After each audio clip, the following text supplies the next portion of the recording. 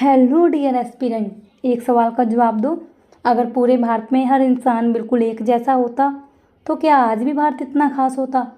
शायद नहीं, क्योंकि भारत की पहचान उसकी एक रूपता से नहीं है बल्कि उसकी विविधता से है। एक रूपता से भारत की पहचान नहीं, आपने सुना होगा भारत विविधताओं में एकताओं वाला देश है।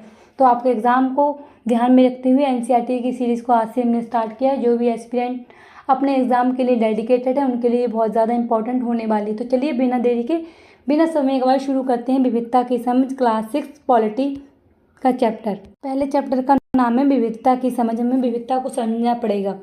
तो इसका इंट्रोडक्शन देखें, मात्र पढ़ना नहीं है, आप अपने चारों तरफ नज़र दौड़ाएं। जो जो मैं आपको बताती हूँ उसे प्रैक्टिकल लाइफ में फॉलो करें। मात्र रट्टू तोता नहीं बनना। यदि आप प्रैक्टिकल लाइफ में जमाते हो तो आपको याद करना और ज़्यादा आसान हो जाता है। तो अपनी कक्षा में एक चारों तरफ नज़र दौड़ाइए आप। तो नज़र दौड़ाकर जब आप देखते हो कोई ऐसा साथी है जो बिल्कुल आपकी तरह दिखता हो? शायद नहीं, क्योंकि हम सब रंग रूप, हमारी कद काठी, हमारी सोच विचार, हमारी आदतें एक दूसरे से भिन्न है, अलग हैं। जी हाँ है, कुछ मैं अलग तो नहीं बता रही, हाँ हाँ सभी जानते हैं। यही जो भिन्नता है ये क्या कहलाती है? यही भिन्नता विविधता कहलाती है। यह पाठ हमें समझने में मदद करेगा कि हम इंसानों में पाई जाने वाली जो भिन्नता हैं कैसे हमारे जीवन को समृद्ध और सुंदर बनाती हैं। यदि ये भिन्नताएं, यदि ये विविधताएं ना पाई जाती तो हमारा जीवन रंगी जो रूप है किस प्रकार नीरस हो सकता था। विविधता का अर्थ और स्वरूप देखें तो विविधता का अर्थ केवल हमारी शारीरिक बनावट, जैसे कि कोई छोटा है कोई मोटा है, किसी के बालों का रंग भूरा है तो किसी के आंखों का रंग काला है, यहाँ तक सीमित नहीं है। विविधता का अर्थ मात्र इतना नहीं है कि आप रंग रूप कद काठी में एक दूसरे से भिन्न दिखते हो, बल्कि ये कई स्तरों पर एक दूसरे से भिन्न है। इसे हम कई स्तरों पर देखते हैं किस प्रकार की विविधता होती है। जैसे कि क्षेत्रीय विविधता पाई जाती है, कोई पहाड़ों में रहता है तो कोई मैदानी जो तटीय इलाकों में रहता है। पहाड़ों इलाकों में जो रहते हैं उनकी वेशभूषा और होती है, उनका खान पान कुछ और होता है मैदानी इलाकों में रहने वाले लोगों के परिप्रेक्ष्य में। और देखते हैं हम धर्म और आस्था। लोग अलग अलग धर्मों को मानते हैं, जैसे कोई हिंदू, मुस्लिम, सिख, ईसाई। ये किसको दर्शाते हैं? जो हमारी विविधता को दर्शाते हैं। उनकी पूजा पद्धतियाँ, उनके प्रार्थना करने के तरीके अलग अलग होते हैं। हिंदू मंदिरों में जाकर पूजा करते हैं, मुसलमान मस्जिदों में जाकर, पारसी या ईसाई गिरजाघर में जाकर पूजा करते हैं। ये क्या है? जो हमारी धर्म और आस्था एक दूसरे से भिन्न है फिर भी हम एक साथ रहते हैं। ये किसको दर्शाती है? विविधता को दर्शाती है। विविधता में एकता को दर्शाती है। हमारे खान पान, जैसे कि उत्तर भारत में मोस्टली लोग दाल रोटी, दक्षिण भारत में देखा जाए तो इडली डोसा, वहीं पूर्वोत्तर भारत में पश्चिम बंगाल इत्यादि वाली साइड में लोग चावल और मछली को पसंद करते हैं। जैसे कि हमारे उत्तर भारत में पंडितों को, जो ब्राह्मण होते हैं मंदिरों में पूजा करते हैं, उनके द्वारा मछली खाना वर्जित माना गया है, परंतु पूर्वोत्तर भारत में पंडितों द्वारा मछली खाई जाती है। क्यों खाई जाती है? क्योंकि वहाँ का वो कल्चर है। वेशभूषा और रहन सहन हमारी विविधता को दर्शाते हैं। राजस्थान के जो पारंपरिक पोशाक, जैसे कि घाघरा, चोली, पगड़ी, कश्मीर में लोग फेरन, जब केरल में मुंडू से पूरी तरह से लोग अलग अलग एक दूसरे से कपड़े पहनते हैं। पहाड़ी इलाकों में लोग अपने आप को ढक कर रखते हैं ताकि उन्हें ठंड ना लग जाए, परंतु यही रेगिस्तानी इलाका खुले ढीले ढाले कपड़े पहनते हैं। हमारी भाषाएं, हमारी बोलियां भारत के संविधान द्वारा मान्यता प्राप्त 22 भाषाएं मान्यता प्राप्त हैं। तो बोलियां सैकड़ों बोली जाती हैं। ये किसको दर्शाती हैं? ये हमारी विविधता को दर्शाती हैं। भाई हम विदेशों का एग्जाम्पल देखें, हम इंग्लैंड का एग्जाम्पल देखें, वहाँ पर लोग मात्र एक भाषा बोलते हैं, इंग्लिश। इस प्रकार की फ्रांस में रहने वाले लोग फ्रेंचिस बोलते हैं, परंतु भारत में 22 भाषाओं को मान्यता प्राप्त है। इसके बाद बोलियाँ कितने प्रकार की हैं, जैसे हिंदी में अवधी बोला जाता है, पंजाबी में पोठेहार इत्यादि भाषाएं बोली जाती हैं। ये हमारी विविधता को दर्शाती हैं। अंग्रेजों ने कहा था कि भारत में इतनी विविधता है, भारत में एकता बनी रहना असंभव है, परंतु इस एकता को बनाए रखते हुए हमने ये संभव कर दिखाया। नेक्स्ट हम देखते हैं हमारे त्यौहार एक दूसरे से भिन्न है, जैसे कि दिवाली, ईद, क्रिसमस, ओंगण, पोंगल और बिहू हमारे देश के अलग अलग कोने में मनाए जाने वाले त्यौहार हैं जो हमारी मिली जुली संस्कृति को दर्शाते हैं। हम एक दूसरे से मिलकर रहते हैं। उदाहरण पे हम समझ सकते हैं, मान लीजिए आपकी कक्षा में 4 अलग अलग राज्यों से बच्चे पढ़ते हैं। जैसे कि अमित है, कोई पंजाब से है जो पंजाबी बोलता है और वो मक्के की रोटी और साग खाना ज़्यादा पसंद करता है, क्योंकि वहाँ की क्या थी, वहाँ की क्षेत्रीय उनकी भिन्नता थी। वही प्रिया है जो तमिलनाडु से है, जो कौन सी भाषा बोलती है? तमिल भाषा बोलती है। जिसे क्या पसंद है? जिसे डोसा और फिल्टर कॉफ़ी इत्यादि पसंद है। फातिमा जो उत्तर प्रदेश से बिलोंग करती है, ईद पर सेवियाँ बनाती है। और जो तेंजिंग है, सिक्किम में रहता है, वो बौद्ध धर्म का लोसर मानते हैं।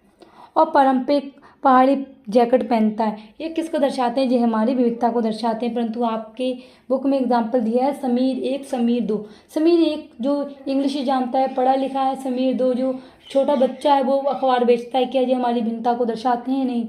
जो समीर एक समीर दो है ये हमारी भिन्नता को ना दर्शाते, हमारी असमानता को दर्शाते हैं। एक को पढ़ने के इतने अवसर मिले, अंग्रेजी बोलता है, गाड़ियों में चलता है, दूसरा बेचारा बच्चा अखबार बेचता है। ये हमारी भिन्नता को ना दर्शाते, हमारी असमानता को दर्शाते हैं कि किस प्रकार सेवाओं से वंचित रहने के बाद बच्चे का बचपन खो जाता है। यदि ये चारों अपनी आदतें, उनकी भाषाएं, उनका खान पान एक जैसा होता कर लें तो क्या होगा? जीवन कितना नीरस हो जाएगा। हम अपने दोस्त, यदि हमारे दोस्त कोई मुस्लिम है, जो कोई हिंदू है, तो हम उसके हिंदू जाकर त्यौहार मनाते हैं। यदि पूरी दुनिया हमारे भारत में एक जैसे त्यौहार मनाए तो कितना बोरिंग होता। जो हमारे रोज़ रोज़ मेले लगते हैं वो ना लगते। इनकी जो अलग अलग विशेषताएं एक दूसरे से मिलकर हमारे समाज को रंग बिरंगा बनाती हैं, हमारे समाज को जीवंत बनाती हैं। अन्यथा हमारा समाज कितना बेरंगा नीरस होता। इस अध्याय में मुख्य धारणाएं क्या स्पष्ट होती हैं? इससे पढ़ने के बाद हमारे अध्याय में क्या क्या धारणाएं स्पष्ट होती हैं? कोर कंसेप्ट क्या है कि अनेकता में एकता है। भारत इसका सबसे बड़ा उदाहरण है, जहाँ भिन्न भिन्न संस्कृतियों के लोग एक लोकतांत्रिक राष्ट्र में एकजुट होकर रहते हैं। ये क्या है? ये अनेकता में एकता को दर्शाता है। इसी प्रकार सहनशीलता और समावेशिता जैसे कि विविधता हमें सिखाती है कि अलग होना गलत नहीं है। कोई हिंदू है, कोई मुस्लिम है, कोई डोसा खाता है तो कोई चावल खाता है, ये क्या है? ये गलत नहीं है। एक स्वस्थ समाज को सभी संस्कृतियों का सम्मान करना चाहिए, ना कि किसी को हीनता भरी भावना से देखना चाहिए कि वो क्या कर रहे हैं। जैसे कि अपने बच्चों को डरा दिया जाता है कि हाँ, अगर वो हिंदू है तो मुसलमानों से डर कर रहेगा, अगर वो मुस्लिम है तो हिंदुओं से डर कर रहेगा। इस प्रकार का बच्चों में भय उत्पन्न कर दिया जाता है, जो हमारे समाज को क्या करते, खोखला करते हैं। परंतु जहाँ पर भिन्नता होती है वहाँ पर सहनशीलता और समावेशिता उत्पन्न होती है।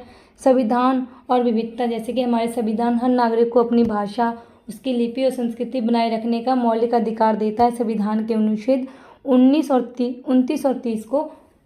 30 के अंतर्गत हमारा संविधान भी इसका सम्मान करता है। इसको नेक्स्ट देखते हैं,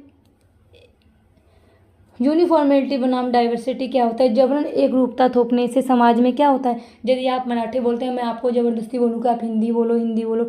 यदि आप मुस्लिम हैं तो मैं आपको बोलूँ हाँ आप हिंदुओं को त्यौहार मनाओ। तो जबरन यदि हम किसी समाज पर थोपते हैं तो इससे समाज में तनाव उत्पन्न होता है। क्षेत्रवाद जैसे कि हम इस क्षेत्र में यही बोली जाएगी, सांप्रदायिकता, हिंदू मुस्लिम दंगे पैदा हो सकते हैं यदि हम किसी को जबरन थोपने की कोशिश करते हैं। जबकि विविधता आपसी तालमेल और विकास को बढ़ावा देती है। तो विविधता हमारे जीवन को किस प्रकार समृद्ध बनाती है, विविधता हमारे लिए क्यों इम्पोर्टेंट, आप समझ चुके होंगे। आखिर ये विविधताएं कैसे तय होती हैं, क्यों लोग एक दूसरे से भिन्न हैं? विविधता तय करने के दो फैक्टर होते हैं, एक होता है हमारा इतिहास, एक होता है हमारा भूगोल। भूगोल से तात्पर्य वहाँ की जलवायु, वहाँ का रहन सहन। इतिहास से तात्पर्य है यदि कोई, आप जानते होंगे, यदि कोई राजपूतों से बिलोंग करता है तो उनका जो इतिहास रहा है पिछला, वो युद्धों से भरा रहा है। तो राजपूतों के खून में लड़ने का प्रबल शौक होता है। क्षत्रिय होते हैं, वो लड़ने के लिए तैयार रहते हैं, तत्पर रहते हैं। और भूगोल देखा जाए तो पहाड़ी इलाकों में है, वो लोग क्या करते हैं, वेशभूषा उनकी दूसरी होती है, उनका खान पान दूसरा होता है। वहीं मैदानी इलाकों में वेशभूषा दूसरी होती है। ये हमारी विविधता को तय करते हैं। किसी भी जगह की विविधता इस बात पर निर्भर करती है कि वहाँ का इतिहास या भूगोल कैसा रहा है। इसके दो आप शानदार उदाहरणों से समझ सकते हो। एक बिल्कुल भारत का उत्तर जिसमें लद्दाख, और एक भारत के बिल्कुल दक्षिण में पड़ने वाला जिसमें हम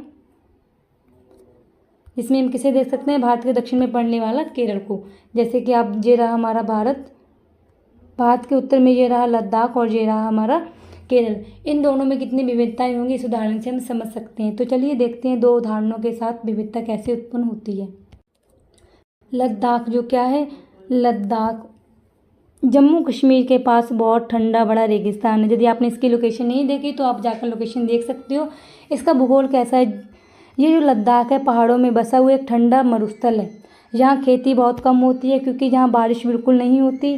साल के ज़्यादातर महीनों में बर्फ़ जमा रहती है। लद्दाख में सभी जानते होंगे पानी के लिए लोग गर्मियों में पिघलने वाली बर्फ़ पर निर्भर करते हैं। वहाँ पानी की किल्लत होती है क्योंकि वहाँ पर बर्फ़ जमी रहती है। खान पान देखें तो जहाँ के लोग मुख्यतः क्या करते हैं, भेड़ बकरी पालते हैं पश्मीना ऊन के लिए, क्योंकि उनसे ऊन मिलती है, उनसे कपड़े बनाकर बेचती हैं। और जहाँ के लोग दूध से बने मक्खन, पनीर, मांस का सेवन करते हैं क्योंकि वहाँ पर इन चीज़ों को पाला जाता है। वहाँ पर अत्यधिकता होती है, बहुलता होती है।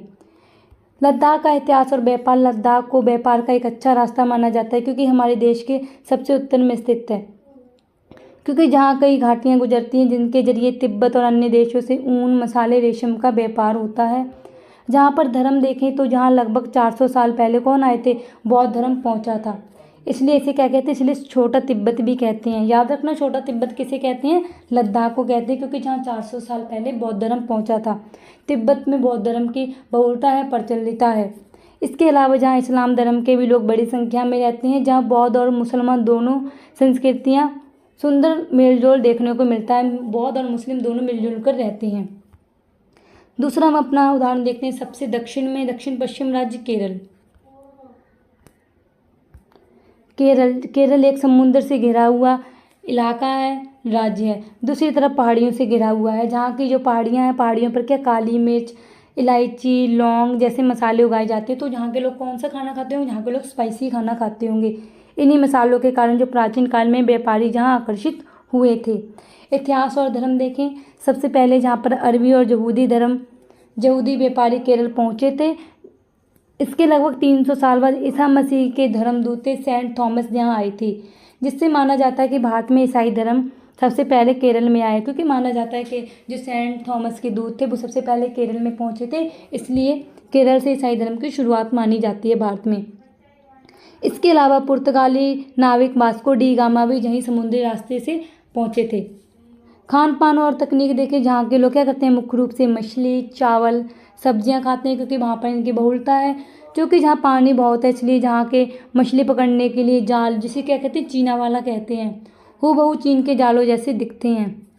चीना वाला क्यों कहते हैं, चीन के जालों जैसे दिखते हैं। जहाँ के बर्तन चीना चट्टी चीन के नाम पर कहलाते हैं। इससे पता चलता है कि केरल पर बाहरी देशों का प्रभाव रहा है, क्योंकि केरल का आना जाना होता रहेगा, इसलिए चीना चट्टी, चीना वाला जैसे नाम पड़े हैं। आपसे पूछा जाएगा चीना चट्टी जो प्राचीन काल में यूज़ होता था, किसके लिए यूज़ होता था, तो बर्तन के लिए प्रयोग होता था। वहीं चीनी वाला होता है मछली पकड़ने वाले जाल। इस प्रकार के प्रश्न आपसे पूछे जाते हैं यूपीएससी में। नेक्स्ट हम देखते हैं विविधता जो हमारे जीवन को किस प्रकार समृद्ध बनाती है।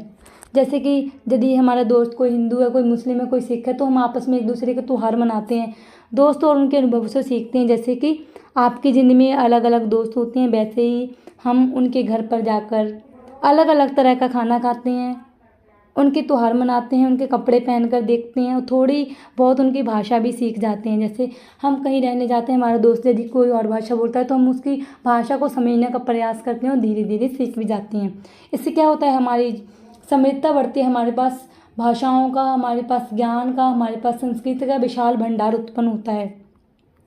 भिन्न भिन्न संस्कृतियों का मेल होता है, जहाँ हम सब लोग मिलकर हमारे जीवन को अधिक सुंदर और समृद्ध बनाते हैं।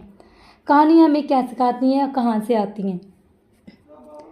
एक अच्छी कहानी पढ़ने से हमें हमेशा खुशी मिलती है, नए विचार मिलते हैं। जैसे कि कहानी के प्रेरणा के स्रोत होते हैं। प्रेरणा कहाँ से लेते हैं, अगर किसी ने किताबें लिखनी है तो वास्तविक जीवन के ले सकते हैं। अगर कोई जंगलों वाली कहानियाँ लिखता है तो उसका इतिहास कौन सा रहा होगा, कि वो जंगलों में रहता हो। अगर कोई कल्पना राजा रानी के किस्से लिखता है, साहस या भूत की कहानी लिखता है, मतलब वो राजा रानी के एरिया में रहता होगा, इसलिए उसे पता होगा इस प्रकार की कहानियाँ लिखी गई थी। यदि एक ही प्रकार की कहानी होती तो हम कितना बेरंग और बोझिल हो सकते थे। बचपन की यादें, स्कूल के दिन देखें, कल्पना कीजिए करने की परिस्थिति। नीचे एक दिलचस्प विचार दिया गया है, जैसे कि अगर आपको ऐसी जगह रहना पड़े जहाँ पर क्या हो, केवल 2 रंग के कपड़े पहनते हो, जैसे कि लाल और सफ़ेद, आपके पास कोई ऑप्शन ना हो, सब लोग एक ही तरह का खाना खाते हो, मान लो शायद आलू ही खाते हो, तो आपको क्या मिलता, दाल, परोठा इत्यादि। मनोरंजन के लिए केवल 2 ही पशु पंक्षियों जैसे हिरण और कौवा, जैसे केवल सांप सीढ़ी का खेलो, तो कितना बोरिंग हो जाएगा लाइफ, बिल्कुल ज़िंदगी झंड जैसी आपको विचार आने लगेंगे। तो यही सवाल है, एक ऐसी जगह रहकर आप ऐसी कहानी लिख पाएंगे, क्या आपको वहाँ रहने में मज़ा आएगा जहाँ पर मात्र 2 रंगों पहनने के लिए, या फिर आप केवल खाने के लिए आपके लिए आलू हो, तो शायद नहीं। तो नतीजे हम क्या कह सकते हैं, हमारे पास एक ऐसी जगह पर विविधता की कमी होगी जिससे जीवन बहुत बोरिंग या उबाऊ हो जाएगा। इसलिए विविधता हमारे जीवन को रोमांचक और मज़ेदार बनाती है। होप आप समझ चुके हैं। तो निष्कर्षतः हम क्या कह सकते हैं कि भले ही लद्दाख और केरल की भौगोलिक परिस्थितियाँ एक दूसरे से बिल्कुल विपरीत हैं, एक तरफ बर्फ़ से ढके हुए पहाड़ हैं लद्दाख में, तो दूसरी तरफ समुद्र और हरियाली है, लेकिन दोनों जगहों के इतिहास में एक जैसी चीज़ें देखने को मिलती है। वहाँ पर भी भारी धर्म का प्रभाव रहा और केरल में भी। दोनों ही क्षेत्रों को बाहर की संस्कृतियों जैसे कि व्यापार धर्मों ने प्रभावित किया। यही बात साबित करती है कि विविधता हमें एक दूसरे से अलग जरूर करती है, लेकिन साथ ही हमें एक साझा और समृद्ध संस्कृति का हिस्सा बनाती है। इस प्रकार यदि आपको लेक्चर अच्छा लगा हो तो वीडियो को लाइक, चैनल को सब्सक्राइब करें। मिलते हैं अपनी नेक्स्ट सीरीज़ को कंटिन्यू रखते हुए। Thank you.